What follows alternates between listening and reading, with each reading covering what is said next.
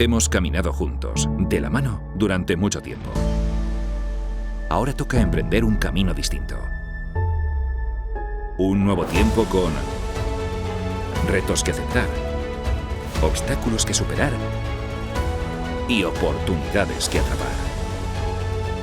Por suerte, en este nuevo tiempo, cuentas con un sindicato que sabe que tú cuentas, y mucho. CESIF, por ti, contigo, en un nuevo tiempo.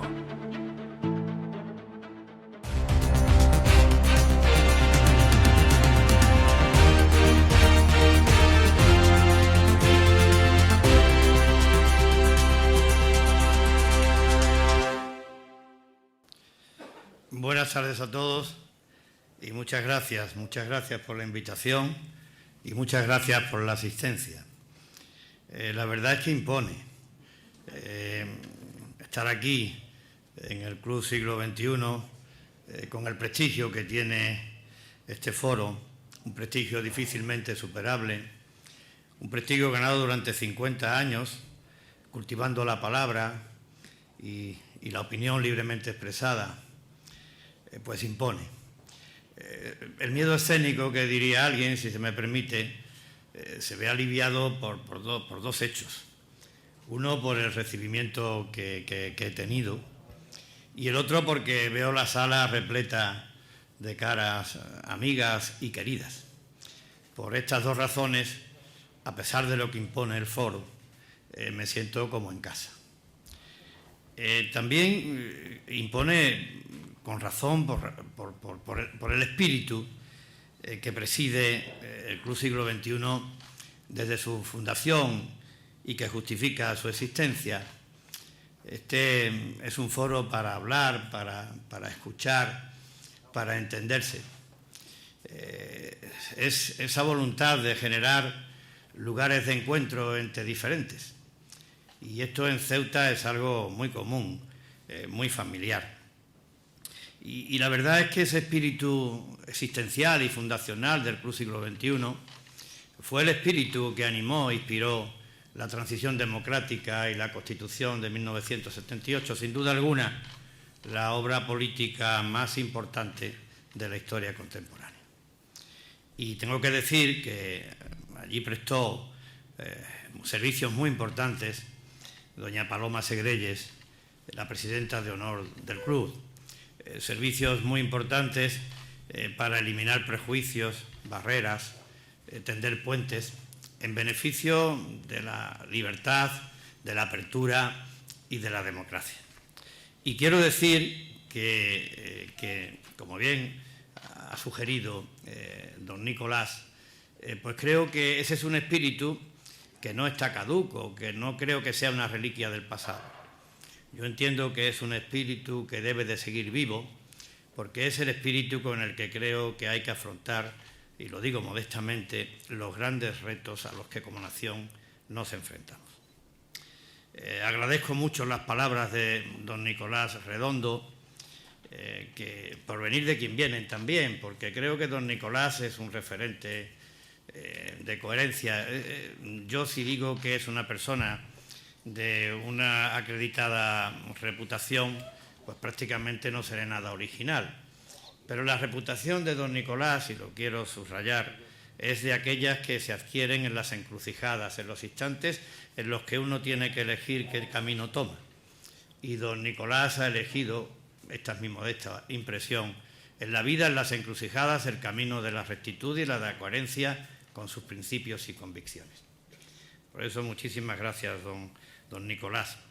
Y efectivamente, como él bien ha dicho, si uno repasa la lista de personas que han venido a utilizar esta tribuna, llega a la conclusión de que la única razón por la que yo lo haga no es otra que el Club Siglo XXI y las personas que aquí hoy nos acompañan han querido estar con Ceuta y con Melilla en uno de los momentos más difíciles de nuestras dos ciudades.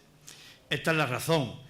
Y esta razón a mí me satisface, me congratula y me complace como ninguna. Y es verdad, porque Ceuta ha atravesado y atraviesa uno de los trances más difíciles de su historia. Yo me van a permitir, presidenta, con tu permiso y don Nicolás, que además de hablar de lo que ha ocurrido en la frontera los días 17 y 18 y del impacto que eso está teniendo en nuestra ciudad, también les hable un poco de las esencias de Ceuta, porque los ceutíes no me perdonarían que no aprovechara este foro para contar cuáles son las esencias de nuestra tierra. Y lo ocurrido en Ceuta los días 17 y 18 del pasado mes de mayo ha sido muy grave.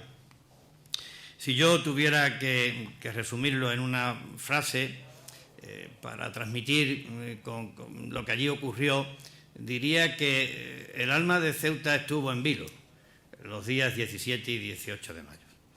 En esos días, en 24 horas, comprobábamos cómo, instigadas por las autoridades de Marruecos, a Ceuta llegaban del orden de 12.000 personas y otras tantas o más estaban al otro lado de la frontera esperando incorporarse a una marcha que embargó el corazón y el ánimo de los ceutíes, de inquietud, de preocupación, de ansiedad, de tristeza y de impotencia.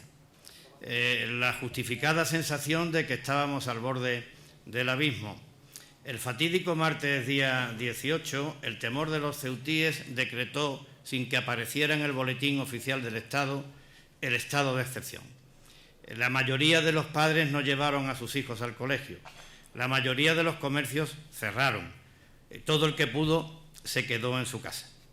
Para que se hagan una idea, querido alcalde, es como si a Madrid llegaran en 24 horas, de golpe, 500.000 de personas que poblaban sus calles sin destino, sin techo, sin comida y sin un sitio donde atender sus necesidades más básicas. Por eso creímos que estábamos al borde del abismo. Y como si de un espejo se tratara, creo que aquella situación también nos desveló o confirmó una debilidad, una amenaza y puso a prueba algunas fortalezas. La debilidad, que tenemos una frontera vulnerable, muy vulnerable.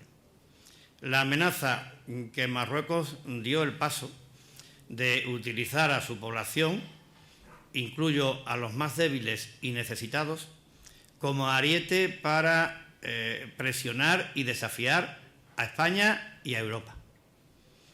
Y en cuanto a las fortalezas, como ha dicho don Nicolás, cuando España es objeto de un desafío, toda España tiene que acudir en socorro de España. Y en este sentido quiero decir, porque es bueno que también los ceutíes que me están oyendo lo sepan, que el Estado reaccionó, que el Gobierno hizo lo que debía, cumplir con su deber, que en aquel momento no era otro que defender nuestra integridad territorial y por ende nuestra soberanía, reforzando los efectivos policiales, movilizando al ejército y utilizando el recurso de la diplomacia para tapar la entrada y para que se iniciara la devolución. Hizo lo que debía, cumpliendo con su deber.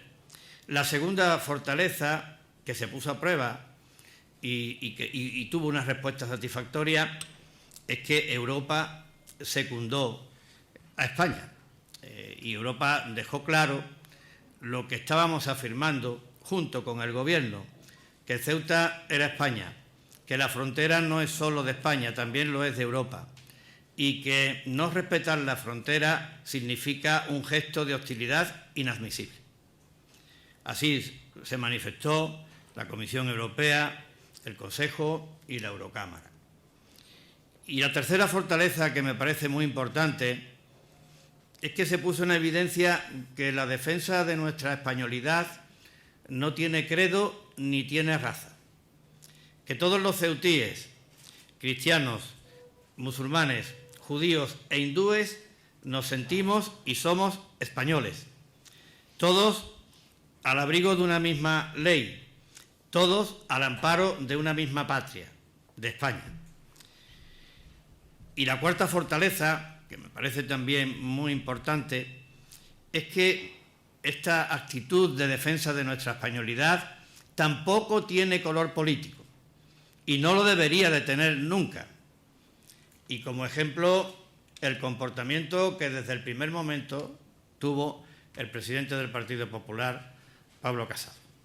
Desde el primer momento manifestó su compromiso con Ceuta y su apoyo explícito, incondicional, para lo que fuera menester al servicio de Ceuta y de España. Muchas gracias, querido presidente. Y en Ceuta ocurrió un tanto de lo mismo, porque en Ceuta todos los grupos políticos, con una sola excepción, todos los grupos políticos, firmamos un acuerdo que ponía de manifiesto claramente lo que había ocurrido, condenaba lo que había ocurrido, identificaba quién era el culpable de lo que había ocurrido y refrendaba, como no podía ser de otra manera, y por si alguien lo dudaba, que Ceuta es parte indisociable y esencial de España. Y quien lo dude, quien dude que todos los ceutíes amamos a España con independencia de cuál sea nuestro credo o de cuál sea nuestra cultura o raza, quien lo dude, debo yo también decir que está faltando a la verdad, pero además de faltar a la verdad, está debilitando la unidad al servicio de la defensa de nuestra españolidad y además está perjudicando a la convivencia y además le está sirviendo en bandeja el argumento a Marruecos. Esto creo que debe quedar claro, como también debe de quedar claro, en beneficio de los ceutíes, la madurez cívica que la sociedad ceutí mostró en esos difíciles momentos. Desde el primer momento, la sociedad ceutí supo distinguir quién utilizaba a los que llegaban de quienes llegaban. Y quienes llegaban eran personas víctimas de la miseria, de la desesperación, de la mentira y del engaño. Efectivamente, fue un espejo donde se puso de manifiesto las debilidades, donde se puso de manifiesto la amenaza y también donde se puso de manifiesto las fortalezas que caracterizan a nuestra ciudad y en las que se apoya la defensa de nuestra razón de ser. El día 17 y 18 Ceuta tenía el alma en vilo. Ahora Ceuta está en un suspiro. Y está en un suspiro porque la situación no ha terminado. Ceuta sigue teniendo hoy 3.000 personas en la situación a la que antes me refería. De ellos, la mitad son menores. Esta es una situación absolutamente insostenible. Insostenible para una ciudad pequeña de 20 kilómetros cuadrados, de 85.000 habitantes y de muy limitados recursos. Esta es una situación que solo puede ser remediada por la Administración General del Estado y que debe ser remediada por la Administración General del Estado y pronto. La Administración autonómica pondrá todo lo que esté a su alcance, toda la colaboración que sea necesaria, hasta el límite de nuestras posibilidades y desde la más absoluta lealtad. Pero la Administración General del Estado tiene que resolver esta crisis humanitaria y social de enorme envergadura y sin precedentes que está viviendo Ceuta en estos momentos. Y también hay una cosa que está afectando a Ceuta y que no se puede retransmitir y que no se puede pesar y que no se puede medir, pero que es tremendamente importante porque afecta a los intangibles, afecta a la confianza y al ánimo de los ceutíes. A día de hoy somos muchos los ceutíes que nos preguntamos si el episodio volverá a repetirse y con qué intensidad.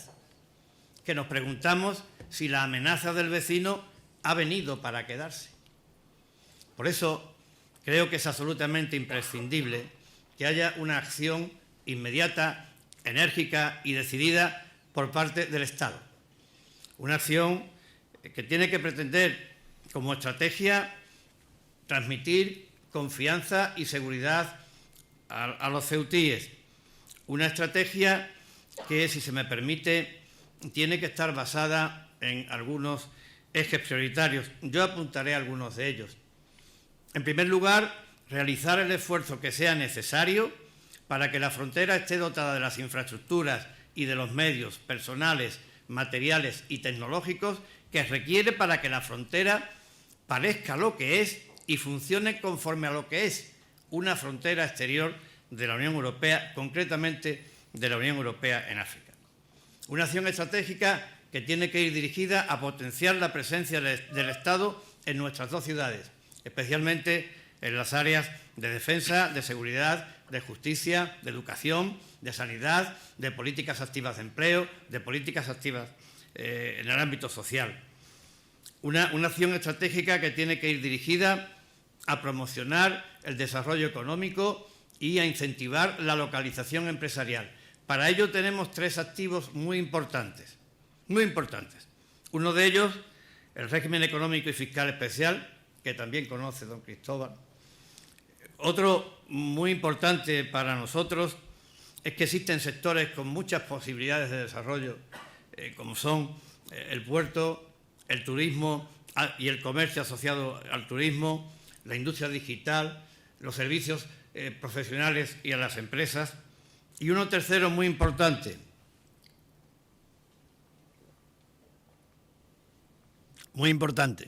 el ADN de nuestros empresarios.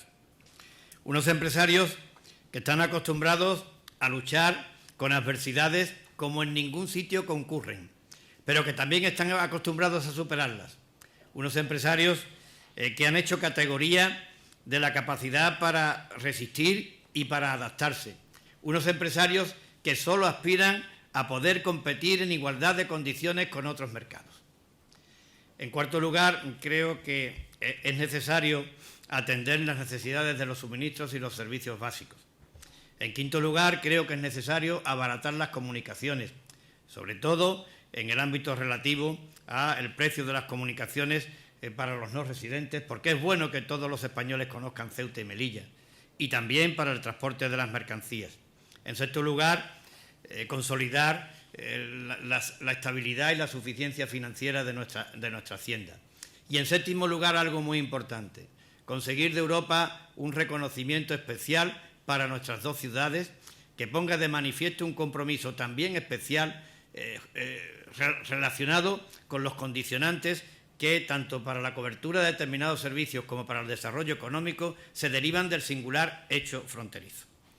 Esa es una estrategia que puede resumirse en una idea: más España y más Europa. Más España y más Europa como una clave de seguridad, de estabilidad y de progreso.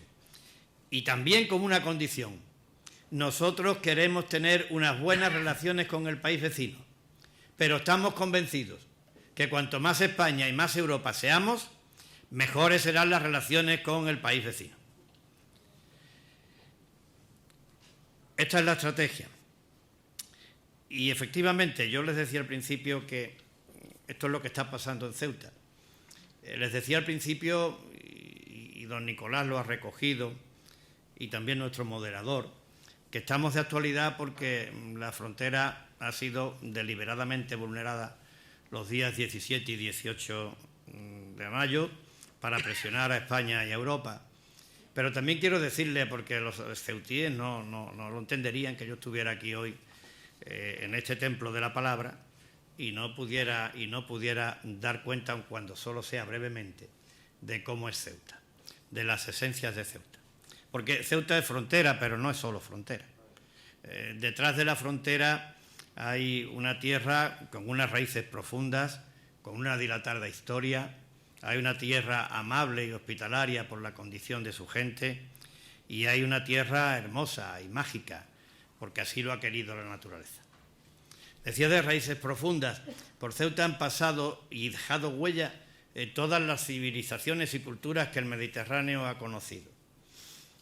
A Hércules le debemos la tenacidad y una de sus columnas, a Ávila, y a Ulises le debemos la audacia y una de sus paradas en el largo viaje.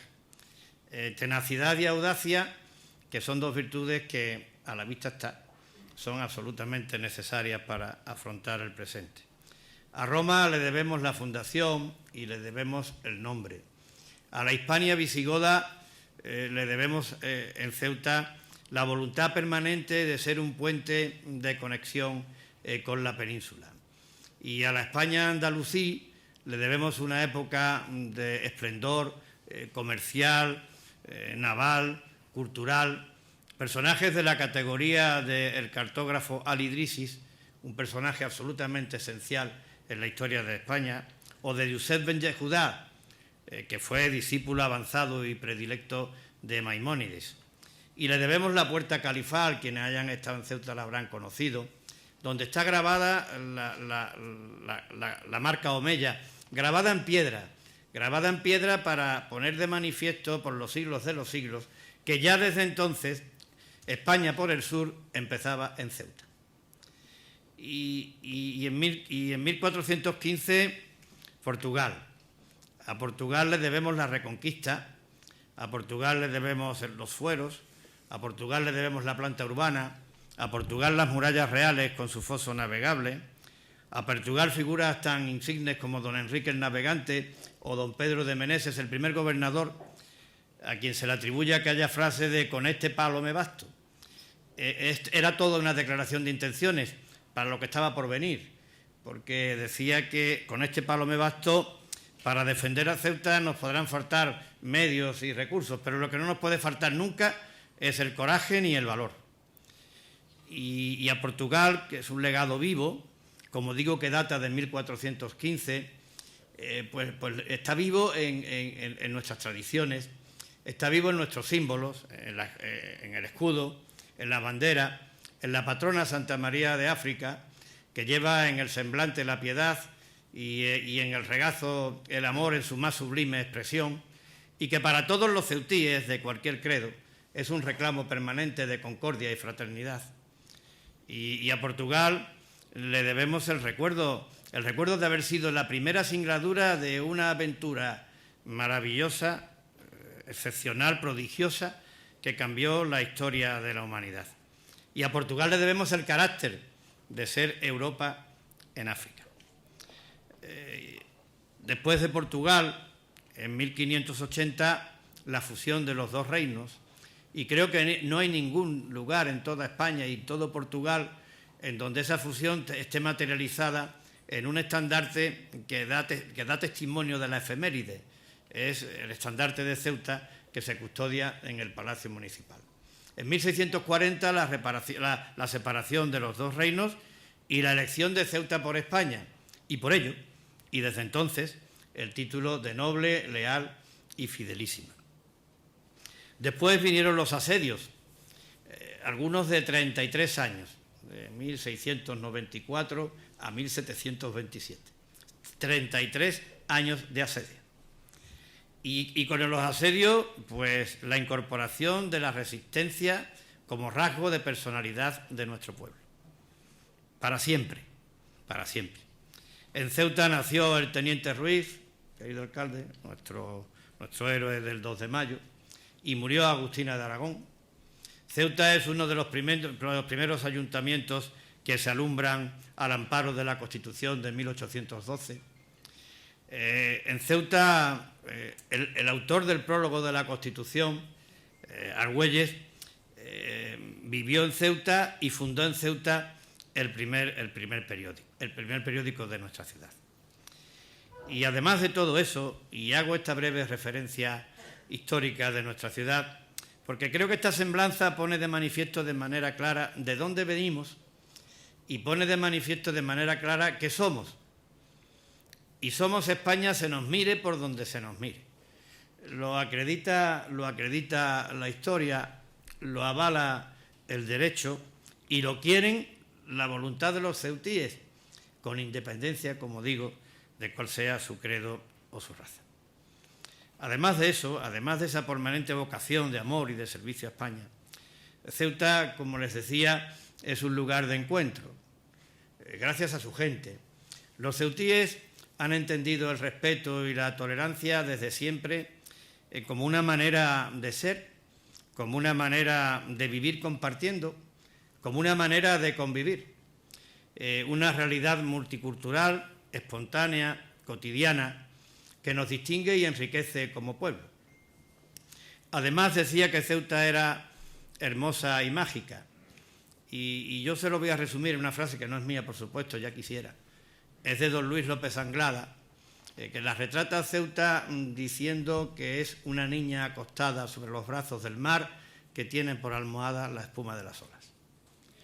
Y Ceuta es una vocación permanente, como digo, de servicio a España. Y Ceuta merece ser conocida y merece ser apreciada. Conocerla es fácil. Tan solo se trata de dar un salto, de cruzar el estrecho sin salir de España y encontrarse allí con una tierra hospitalaria, fecunda, madura, diversa. Es decir, Ceuta, además de ser España, es como España. Y ya termino, porque me ha recomendado la señora presidenta que fuera breve. Y lo único que quiero decir es que estamos viviendo un momento muy difícil, un duro trance. Pero quiero decir también que este duro trance que ha llevado al ánimo de los ceutíes a sentirse amenazados, que está impactada nuestra ciudad, pero quiero que se sepa también que los ceutíes no vamos a tirar la toalla, que los ceutíes no nos vamos a rendir, que los ceutíes, y aquí hay algunos y notables que me acompañan, estamos dispuestos a convertir este duro trance en una oportunidad, en un punto de inflexión, en un antes y un después, para alumbrar un horizonte de estabilidad, de seguridad y de prosperidad. Y estamos convencidos de que lo vamos a hacer.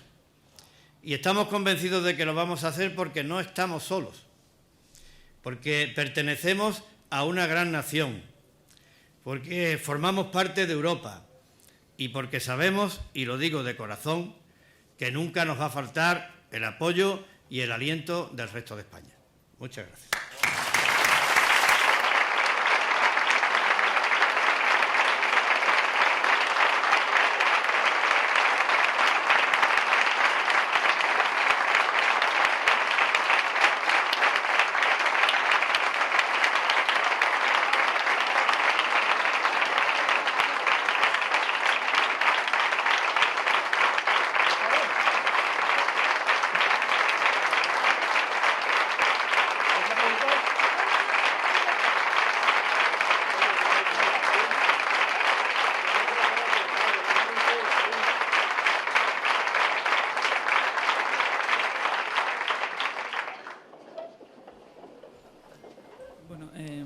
Muchas gracias. También, bueno, como habrán visto, hay unas tarjetas donde pueden escribir alguna pregunta, levantan la mano y me las pasan aquí. Ya ha habido alguien que lo ha hecho. Tengo que hacer un pequeño añadido al presidente, porque como zaragozano hay un ceutí importantísimo en la historia de Zaragoza, además de lo que ha dicho de Agustín Aragón, que muere allí, que es Nayim, que marcó el gol en el último segundo de la prórroga de la Recopa. Lo cual también muestra que es esa cosa de perseverancia y estar allí, ¿no? Ha hablado de, digamos, de lo urgente y lo importante con esos planes, digamos, más estratégicos, lo que usted cree que necesita la ciudad. Y también ha hablado estos días de cómo habían sido ese 17 y 18 los momentos más difíciles de su tiempo en el cargo, ¿no? ¿Cree que, aparte, digamos, de la solución de gestión, que puede haber episodios de este tipo a lo largo del verano que pueden estar preocupados por ese asunto?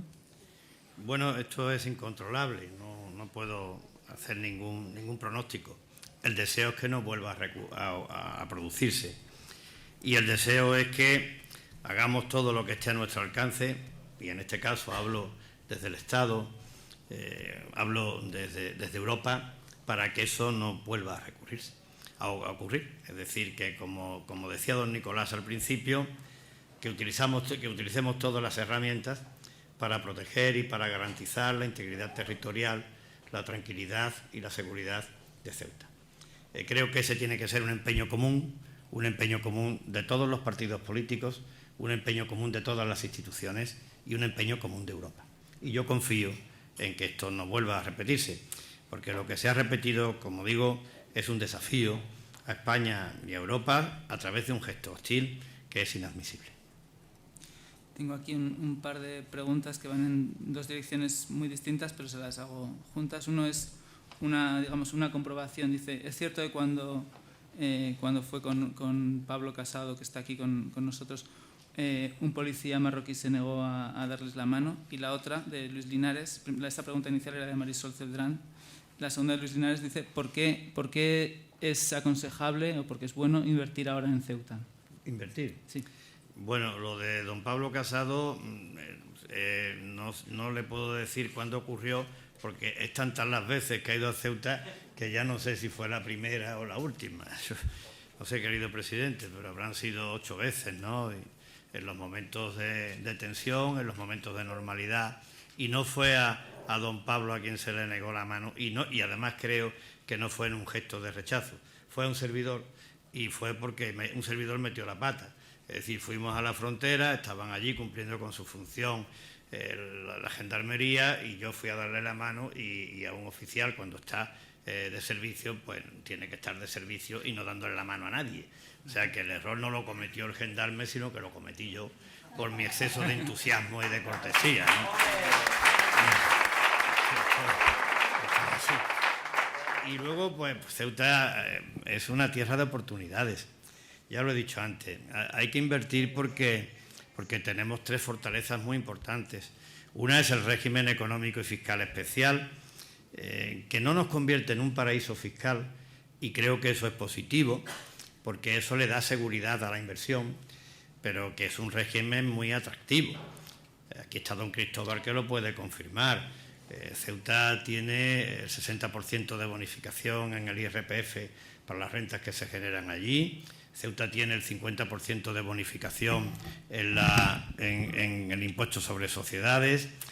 Ceuta tiene el 50% de bonificación en la tributación sobre el patrimonio. En Ceuta no se aplica el IVA, no se aplican los impuestos especiales, están sustituidos por un impuesto local con unos tipos muy reducidos, y Ceuta tiene el 50% de bonificación en las cotizaciones a la Seguridad Social. Estamos a 30 minutos de Málaga en enlace aéreo, estamos a un salto, estamos en distancia a 20 kilómetros de la península, somos puerta entre 2 continentes, tenemos unos empresarios que creo que no los hay mejores, y no lo digo porque yo sea de Ceuta, sino porque están sometidos a unos niveles de exigencia para superar las dificultades difícilmente igualables, y sin embargo ahí están luchando, peleando y saliendo adelante. Y hay sectores con muchas posibilidades de desarrollo. El puerto, el turismo, el comercio asociado al puerto, la industria digital, los servicios profesionales y a las empresas. Ceuta es tierra de oportunidades, y después es una ciudad agradable para vivir, cómoda para vivir. Allí la temperatura es exquisita, la comida es buenísima y los ceutíes son simpáticos. Entonces creo que se dan todas las circunstancias para ir a invertir a Ceuta, sinceramente. También, bueno, es otra pregunta, pero que voy a como recogerla un poco. Han venido muchos menores, ¿no? Y había otras comunidades autónomas, digamos, que han dicho vamos a echar una mano, ¿no? No sé si... Y decía que es un poco digamos, la cuestión más urgente, una de las más urgentes que tenía que resolver, ¿no? Sí, pero quiero poner en valor eso que usted está diciendo, porque creo que nuestra Constitución, que sigue siendo válida, está soportada por algunos pilares, ¿no? El artículo 2 de la misma es un pilar fundamental de la Constitución e irrenunciable. Habla de la unidad de España como patria común e indivisible de todos los españoles, pero también habla de la solidaridad. La solidaridad entre los españoles está asociada a la unidad de España. Y ahora, en un momento de absoluto estrés para Ceuta, en donde nos hemos visto desbordados nuestras capacidades, pues la solidaridad del resto de comunidades ha funcionado, y todas se han hecho cargo de una cantidad de menores, de 200 menores concretamente, que han aceptado estas comunidades su traslado y acogida en sus respectivos territorios. Por tanto, unidad de España y solidaridad, y eso también creo que hay que ponerlo en valor y es justo que se reconozca. También, bueno, es otra pregunta, pero que voy a como recogerla un poco. Han venido muchos menores, ¿no? Y había otras comunidades autónomas, digamos, que han dicho vamos a echar una mano, ¿no? Y decía que es un poco Otra de las cuestiones porque llevamos unos años que hemos hablado mucho de la distorsión de las fake news y ahora usted en su discurso hablaba de cómo la mentira había servido para atraer a los más débiles, ¿no? Esa cuestión del engaño. Y, por ejemplo, Nacho Torreblanca escribía en El Mundo, decía, Marruecos se ha equivocado, ha hecho un mal cálculo con esa llamada, ¿no? Entonces, como usted lo ha visto allí más... Sí, yo creo que es inadmisible. Yo entiendo que las relaciones de los países pueden pasar por distintas vicisitudes y por épocas de mejor o peor entendimiento, pero creo que hay cuestiones que son intocables y una de ellas me parece que es la integridad territorial.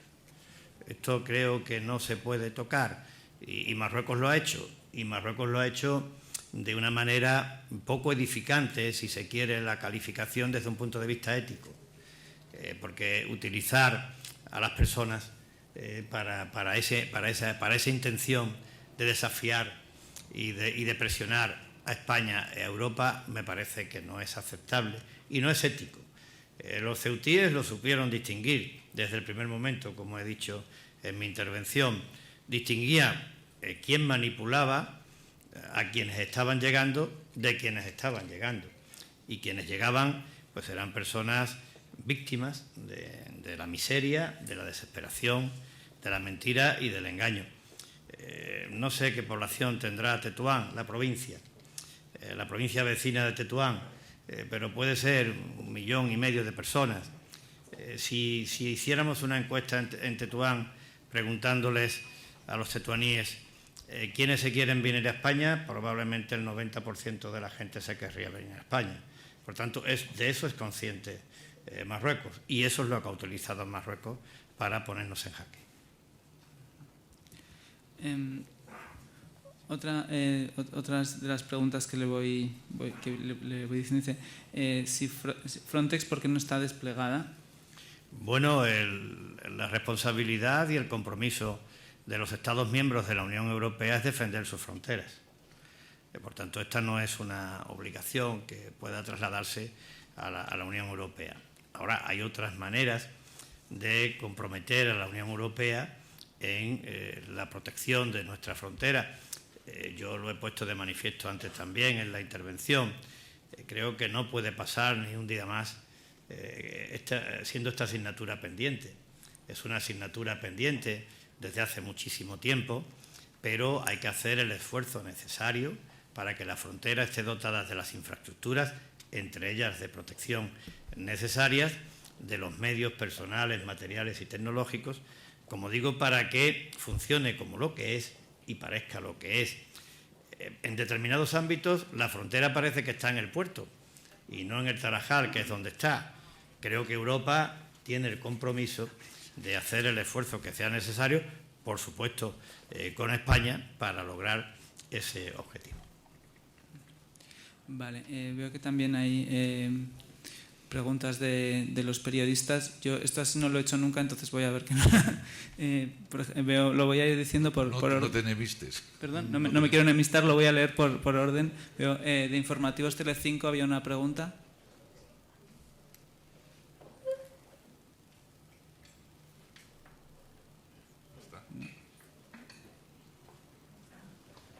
El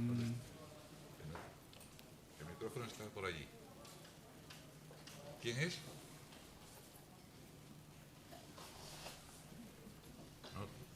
No había. Bueno, había otra después de La Sexta, no sé si.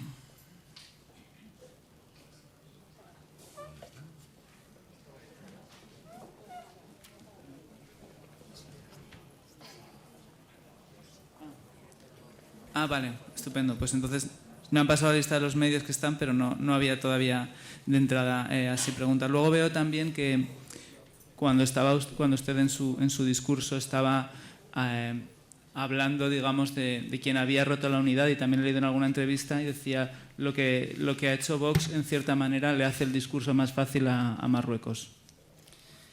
Sí, porque yo apunto, y creo que con fundamento, que la unidad es una de nuestras principales fortalezas. Entonces, si se duda de la unidad del conjunto de España o de la unidad de los ceutíes a la hora de defender nuestra integridad territorial, nuestra españolidad, pues creo que estamos debilitando la posición. Si además resulta que esa división se traza en función de el origen étnico, la cultura o el credo, pues tiene un impacto negativo en la convivencia, que también convertiríamos lo que hoy es una fortaleza que nos da categoría y prestigio en una debilidad. Y si además de todo eso resulta que cuando Marruecos habla de Ceuta y de Melilla, dice que en Ceuta y Melilla hay una población española y una población marroquí y asocia a la población marroquí a los musulmanes, pues creo que eso es darle en bandeja el argumento a Marruecos, cosa que creo que no debemos de hacer. Y además, y sobre todo, porque no es verdad, insisto, todos los ceutíes, con independencia de cuál sea su credo, somos y nos sentimos españoles.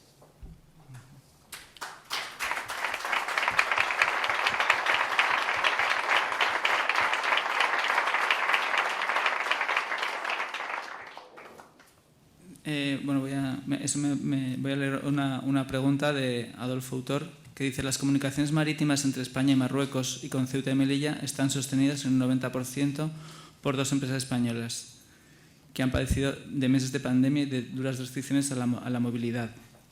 Usted ha hablado de la importancia de las comunicaciones marítimas y en su plan estratégico. Dice que el cierre indefinido de la frontera y la suspensión por segundo año consecutivo puede poner en peligro el futuro de esas comunicaciones. ¿Tiene alguna opinión al respecto?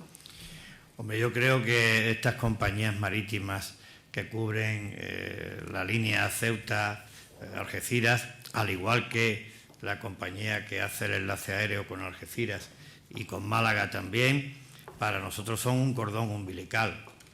Y creo que si vieran perjudicada su sostenibilidad por razón de las actuaciones que está llevando a cabo Marruecos, el Estado también tendría que salir en apoyo de estas compañías para garantizar que Ceuta tenga unas comunicaciones fluidas, ágiles, de calidad y asequibles.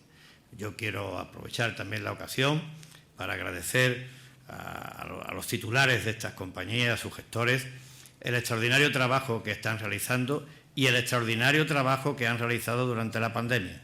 Los ceutíes no nos hemos sentido incomunicados en ningún momento de la pandemia y eso creo que ha sido un esfuerzo que merece la pena ser reconocido.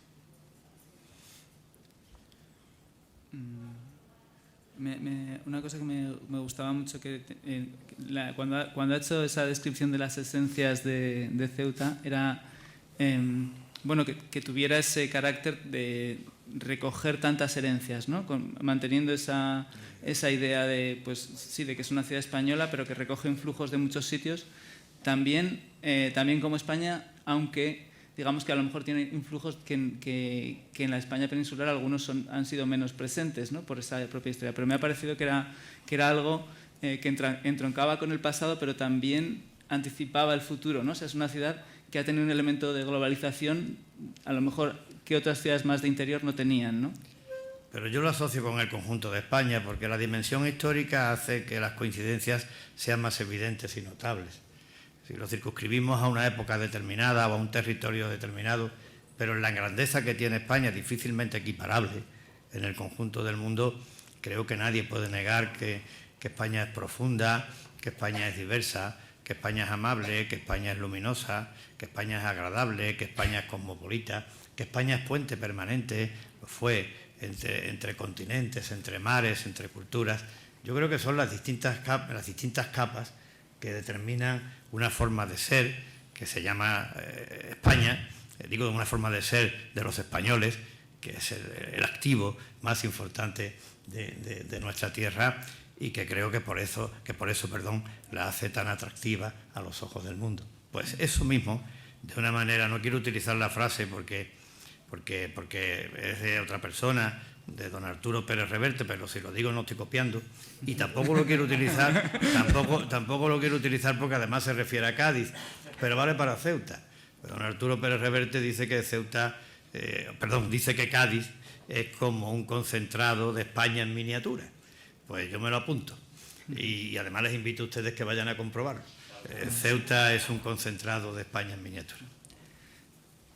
También si hubiera alguna pregunta de algún periodista, yo estoy atento para verlo si levantan la mano. Sí que otra de las preguntas de la España que reúne, de Javier Santa Cruz, pregunta: hablaba en su intervención de la necesidad de reforzar Ceuta por parte de la Unión Europea. Se habla mucho de hacer un plan África, pero ante la frontera más desigual que tiene la Unión Europea, ¿no sería más prioritario hacer un plan Ceuta y Melilla? Bueno, es que Ceuta y Melilla están en África, pero son Europa. No de ahora, desde que los omeyas pusieron, desde que Roma puso el pie en la Mauritania Tingitana y desde que los omeyas pusieron la marca en la Puerta Califal y desde Portugal y don Enrique el Navegante, es que Ceuta y Melilla son Europa. Europa con una frontera peliaguda, difícil, compleja, que genera muchos condicionantes para el desarrollo económico, condicionantes para la cobertura de determinados servicios. Y como decía el presidente Casado en su última visita a Ceuta, si existe una España ultraperiférica, una Europa ultraperiférica, para recoger una realidad que merece ser apoyada por Europa, como es la ultraperifericidad, pues también debería de haber un estatus específico para estas dos ciudades nuestras, para Ceuta y Melilla, que tienen un conjunto de condicionantes que no se dan en ningún otro lugar de Europa.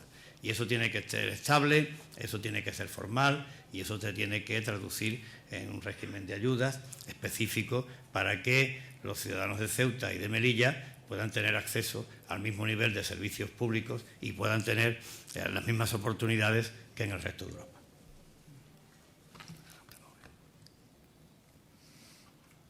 Vale, es que veo aquí algunas de las preguntas, pues claro, tienden a usted a haberlas contestado en cierta manera anteriormente.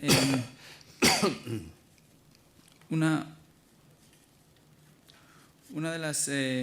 aquí, por ejemplo, le preguntan qué tendría que hacer el Gobierno de España para garantizar que no se vuelvan a producir episodios como los del mes de mayo. Yo estaba pensando que se ha hablado mucho del reconocimiento de Estados Unidos de Trump antes de irse y que en algunas de las interpretaciones se contaban como, bueno, pues aquí ha sido Marruecos un poco presionando, ¿no? Y que Ceuta pues le había pillado allí para presionar a España y a la Unión Europea. Y no sé si usted comparte ese análisis. Yo lo que creo es que, bueno, se trata de, por una parte, impulsar y poner en marcha de manera inmediata esa acción estratégica de apoyo a nuestras dos ciudades, que tienen que ver con la inversión pública, que tienen que ver con la promoción económica, que tienen que ver con la atención a los servicios básicos y fundamentales, que se traduce de manera inmediata en una inyección de ánimo y de moral para ese intangible tan importante para la supervivencia de Ceuta como es la confianza de los ceutíes. La frontera hay que prestarle una atención muy especial y creo que también España, junto con Europa y con nuestros aliados, pues tienen que ejercer las actuaciones diplomáticas fundamentales para hacerle ver a Marruecos que estas cosas pues no deben de volver a producirse en beneficio de ambas partes. Porque yo estoy siendo, creo que, claro a la hora de calificar lo ocurrido, pero igual de claro quiero ser para decir que nosotros queremos buenas relaciones con Marruecos. Lo que pasa es que las buenas relaciones parten del respeto. Por tanto, si nos respetamos, creo que se facilitarán esas buenas relaciones y creo que España debe de hacer todo lo posible, junto con Europa y junto con sus aliados, insisto, para tener unas buenas relaciones con Marruecos. Y al principio Nicolás hablaba de la necesidad de unidad de acción en la política exterior, esas políticas que tienen un recorrido más largo que los gobiernos. Usted que lleva un tiempo, ¿cree que sí que se ha producido? ¿Cuáles son los cambios más llamativos que ha visto no sé si por gobiernos o por coyuntura. Yo creo que don Nicolás, como en esto como en casi todo, lleva mucha razón. Si hay alguna política que tiene que ser consistente en un Estado fuerte, pues indudablemente es la de exteriores. Creo que eso no debe de estar sometido a cual sea el color político del partido que esté gobernando la nación. Creo que eso tiene que ser consistente y estable. Y ese es el ámbito del encuentro que se tiene que producir entre las formaciones políticas que son alternativas de gobierno. Vamos terminando poco a poco, porque luego él se tiene que ir también. Sí. Pues, haz una o dos preguntas si tienes por ahí. A ver, sí, quedan aquí un par de preguntas. ¿Puede llegar a afectar mucho a Ceuta que no haya OPE este verano? Bueno, la OPE en Ceuta la verdad es que tiene escaso valor añadido, salvo en lo que se refiere a la cuenta de explotación de la autoridad portuaria. Aquí está su presidente y sí, ahí sí que influye. Pero también creo que el puerto de Ceuta cumple una función estratégica desde el punto de vista de cordón umbilical con la península y, por tanto, si la OPE afecta a la cuenta de explotación del puerto de Ceuta, el Estado tiene que responder para suplir esos recursos que al puerto de Ceuta le puedan fallar por razón de la OPE.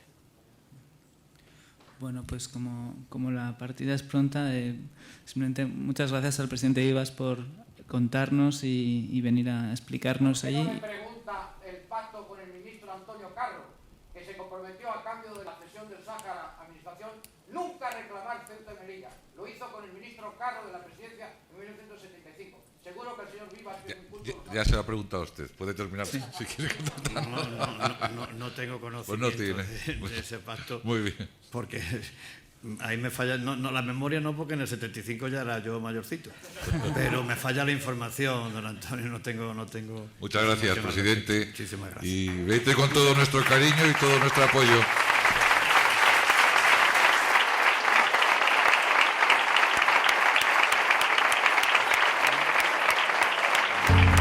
Hemos caminado juntos, de la mano, durante mucho tiempo.